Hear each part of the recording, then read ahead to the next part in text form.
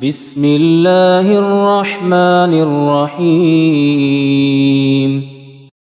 نحمده ونصلي على رسوله الكريم أما بعد فأعوذ بالله السميع العليم من الشيطان الرجيم من همزه ونفخه ونفثه بسم الله الرحمن الرحيم ورتل القرآن ترتيلا.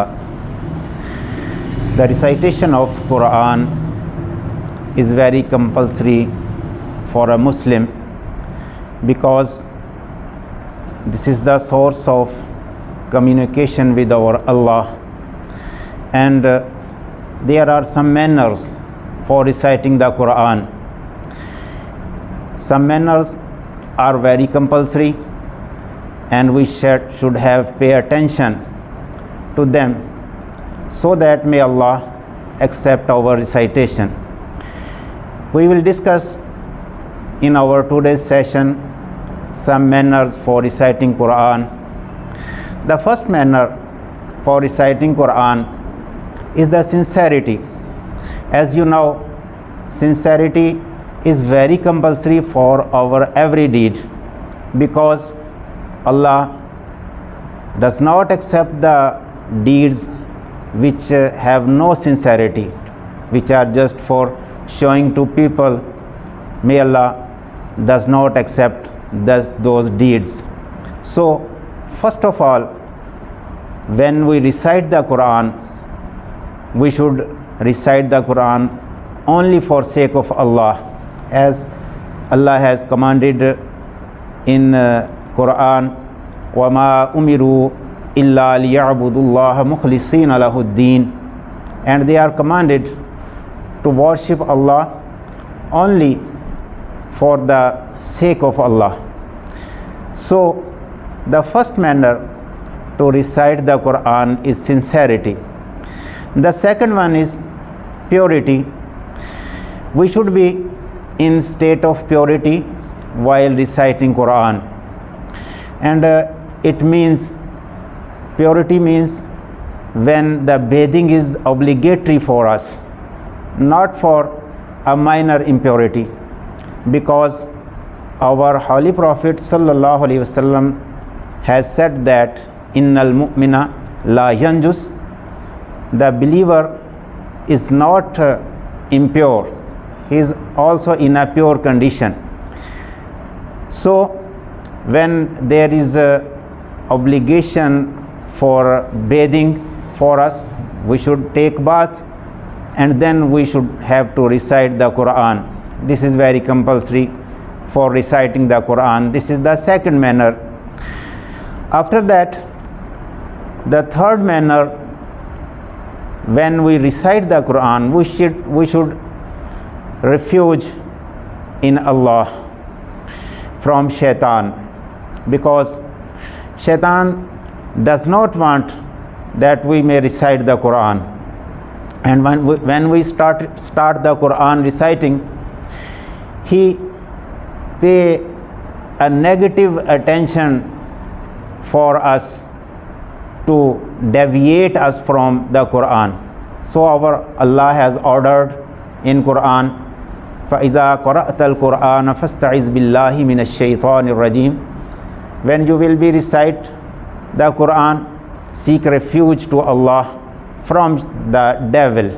So this is the manner. When we start the Quran reciting, we will say first of all a'udhu billahi minash shaitanir rajim, then we will say bismillahir rahmanir rahim, then we will start the Quran.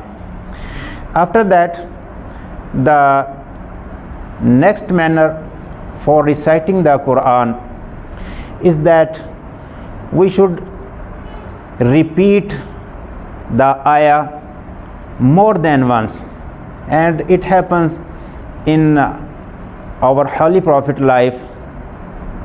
Abu Zar radiyallahu ta'ala anhu narrated that once our holy Prophet sallallahu alaihi wasallam spent whole the night with one ayah and was repeating again and again that ayah, and that ayah was that these are those your servants, in tu'azzibhum فَإِنَّهُمْ عِبَادُكَ.